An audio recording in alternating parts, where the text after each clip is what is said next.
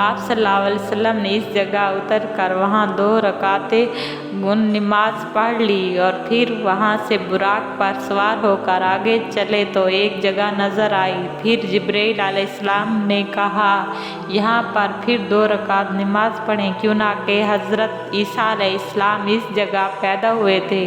پھر اسی جگہ سے بیت المقدس میں گئے اور تمام ملائکہ نے آسمان سے نیچے اتر کر آپ صلی اللہ علیہ وسلم کو السلام علیکم یا نبی آخری کہا۔ رسول خدا صلی اللہ علیہ وسلم یہ سن کر بہت غمگین ہو کر 7ویں آسمان کے دروازے پر گئے تو وہاں سے دیکھا کہ کثرت تعداد میں فرشتے اللہ تعالیٰ کی عبادت میں مشغول ہیں۔ یہ مشاہدہ کر کے وہاں سے آگے بڑھے تو دیکھا کہ ایک فرشتہ نیک صورت خوشی خلق عظیم عالیشان کرسی پر بیٹھا ہے اور اس کے ہر چاروں طرف نور چمکتا ہے اور دائیں بائیں اس کے بہت سے فرشتے نیک صورت جمع ہیں۔ جبرائیل علیہ السلام نے کہا یا رسول اللہ صلی اللہ علیہ وآلہ وسلم اس فرشتے کا نام رضوان ہے اور بہشت کا درگاہ ہے۔ پھر حضرت محمد صلی اللہ علیہ وسلم اس کے سامنے تشریف لے گئے اور کہا السلام علیکم یا رضوان۔ اس نے جلدی سلام کا جواب دیا اور فوراً ہی منتقل کیا اور پھر کہا مرحبا یا حبیب اللہ۔ اتنے میں حکم الہی ہوا کہ اے رضوان، میرے حبیب مالک کو دوزخ نے دوزخ کی باتیں سنا کر غمگین کیا ہے، تم اس کو بہشت کی باتیں سنا کر خوش کر دو۔ تب رضوان نے کہا یا رسول اللہ صلی اللہ علیہ وآلہ وسلم، صفات ثنا آپ کی اللہ تعالیٰ نے قرآن مجید میں فرمائی ہے اور امت آپ کی اور پیغمبروں کی امت سے پہلے بہشت میں داخل ہوں گی۔ یہ کہہ کر حضرت محمد صلی اللہ علیہ وسلم طرح طرح اور اقسام کی نعمتوں سے آگاہ ہوئے اور پھر ایک آواز غیب سے آئی، اے حبیب، تیری امتوں کے واسطے ہی سب نعمتیں بہشت کی ہم نے تیار کی ہیں اور امت تیری ابتلا لائے اور بہشت میں خوش اور مخصوص مؤثر مکرم سے رہے گی۔ اور پھر حضرت صلی اللہ علیہ وسلم نے شکریہ بہتیک التجا بجایا کر آگے بڑھے اور وہاں سے بیت المعمور میں پہنچے۔ اللہ تعالیٰ نے بیت المعمور کو یاقوت اور موتی سبز زمرد سے بنایا ہے۔